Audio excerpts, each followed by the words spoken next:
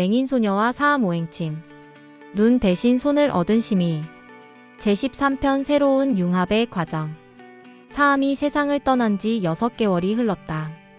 혜연은 처음에는 깊은 슬픔에 빠져 있었지만 점차 스승의 가르침을 되새기며 자신만의 길을 찾아가려고 애썼다. 그 사이에도 사암한 의원은 여전히 환자들로 북적였고 혜연의 명성은 날로 높아져 가고 있었다. 하지만 정화는 다른 고민을 하고 있었다. 혜연의 뛰어난 실력을 보조하며 함께 일하고 있었지만 때로는 자신이 부족하다는 생각이 들었다. 특히 급성 질환이나 응급 상황에서는 전통 침술만으로는 한계가 있다는 것을 느끼고 있었다.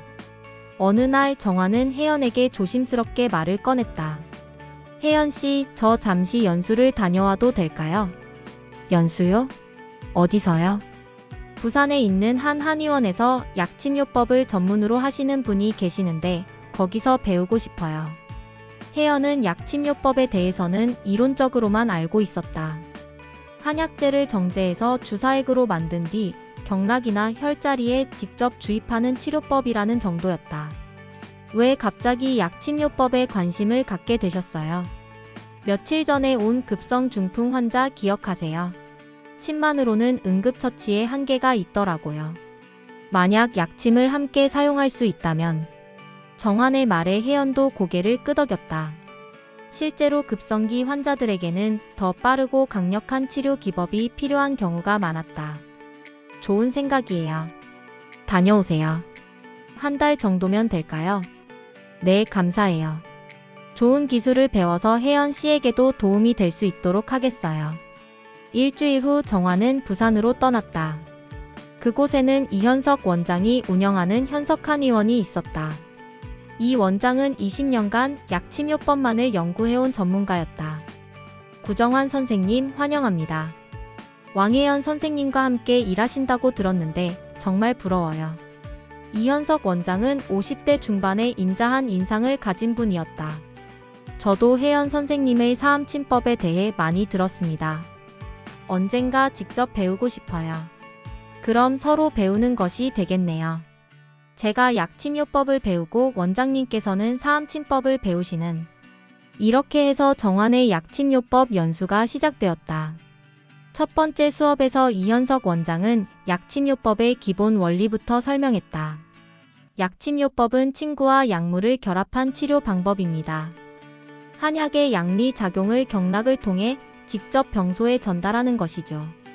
원장은 여러 종류의 약침액을 보여주었다.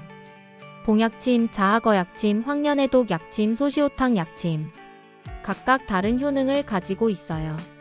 어떻게 만드는 건가요? 한약재를 우린 다음 농축하고 정제해서 주사액으로 만듭니다. 하지만 가장 중요한 것은 품질 관리예요. 조금이라도 불순물이 들어가면 부작용이 생길 수 있거든요. 정화는 약침액 제조 과정을 직접 배웠다. 한약재를 끓이고 농축하고 여과하고 멸균하는 모든 과정을 익혔다. 특히 봉약침에 대해서는 더 자세히 배웠다. 봉독은 강력한 항염, 진통 효과가 있습니다. 관절염, 디스크, 중풍 후유증에 놀라운 효과를 보여주죠. 실제로 정화는 봉약침으로 치료받는 환자들을 지켜보며 그 효과에 놀랐다. 10년째 관절염으로 고생하던 환자가 몇 차례 봉약침 치료 후 통증이 현저히 줄어드는 것을 보았다. 이런 효과라면 혜연 씨도 분명 관심을 가질 거야. 2주차에는 더 고급 기법을 배웠다. 이것은 제가 개발한 경락순환 약침법입니다. 이 원장이 특별한 약침을 보여주었다. 혈자리 하나하나에 주입하는 것이 아니라 경락을 따라 순서대로 주입해서 기의 흐름을 강화하는 방법이에요. 사암침법과 비슷한 원리네요. 맞습니다. 저도 사암침법을 연구하면서 이 방법을 개발했어요. 정화는 이 기법에 특히 관심을 보였다. 혜연의 사암침법과 결합하면 시너지 효과가 날 것 같았다. 한편 서울에서는 혜연이 홀로 진료를 보고 있었다. 정환이 없으니 좀 더 바빠졌지만 오히려 자신의 실력을 더 객관적으로 평가할 수 있는 기회였다. 어느 날 특별한 환자가 찾아왔다. 미국에서 온 의사였는데 자신이 파킨슨병에 걸렸다며 치료를 요청했다. 왕 선생님, 선생님의 기적적인 치료에 대해 들었습니다. 저도 도와주실 수 있을까요? 물론이죠, 선생님. 앉으십시오. 의사 환자를 치료하는 것은 늘 부담스러웠다.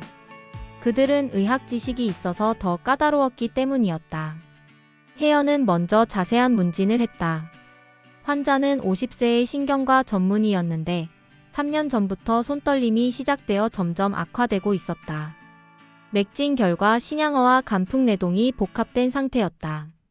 하지만 일반적인 파킨슨병 환자들보다 증상이 심했다.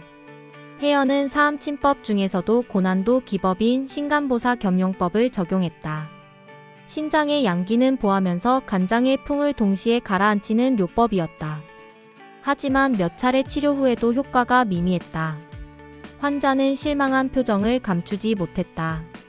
정환 씨가 약침요법을 배우고 있는데 그것을 함께 사용하면 어떨까? 혜연은 정환에게 전화를 걸었다. 정환 씨 공부는 어때요? 정말 놀라워요. 약침요법의 가능성이 무궁무진하더라고요. 특히 급성기 환자나 중증 환자에게는 침만으로는 한계가 있는 것 같아요. 실은 지금 파킨슨병 환자가 있는데 침만으로는 효과가 부족해요. 혹시 약침을 함께 사용하면 어떨까요? 좋은 생각이에요. 제가 여기서 배운 것 중에 뇌혈관 약침이라는 게 있어요. 뇌의 혈액순환을 개선하는 약침인데 파킨슨병에도 효과가 있을 것 같아요. 정환은 급히 연수를 마치고 서울로 돌아왔다. 그리고 이현석 원장도 함께 따라와서 직접 약침을 시연해 보기로 했다. 혜연 선생님 처음 뵙겠습니다. 정환 선생님께 많이 들었어요. 저야말로 감사합니다. 원장님의 도움이 필요해요. 이현석 원장은 파킨슨병 환자를 살펴본 후 특별한 약침을 준비했다. 이것은 제가 개발한 신경재생 약침입니다. 자하거와 홍화, 단삼을 주성분으로 해서 뇌신경 재생을 돕는 약침이에요. 약침은 2단계로 나누어 시행되었다. 먼저 혜연이 사암침법으로 전신의 기혈순환을 조절하고 그 다음에 이현석 원장이 뇌와 관련된 혈자리에 신경재생 약침을 주입했다. 차이를 느끼세요?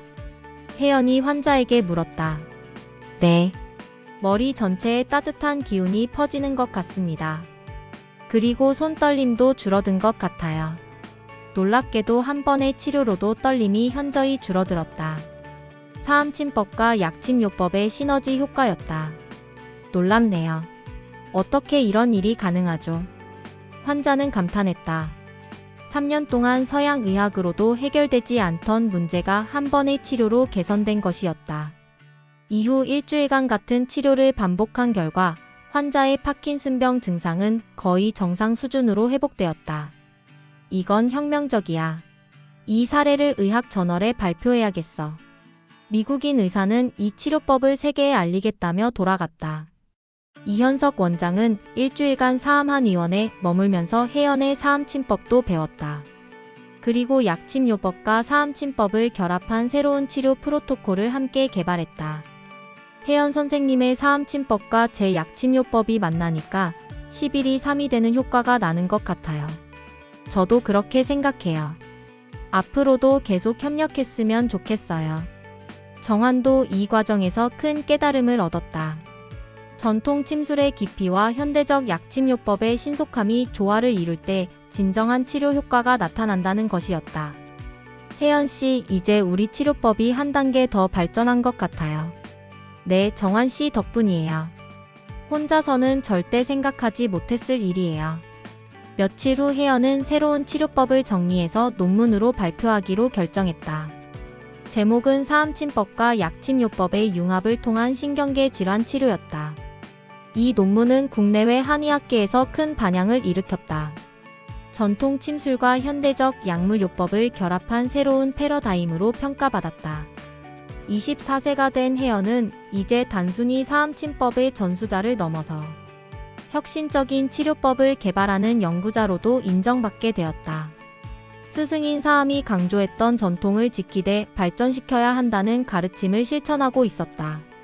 정환과의 파트너십도 더욱 견고해졌다. 이제 두 사람은 서로의 장점을 살려 더 많은 환자들을 도울 수 있게 되었다.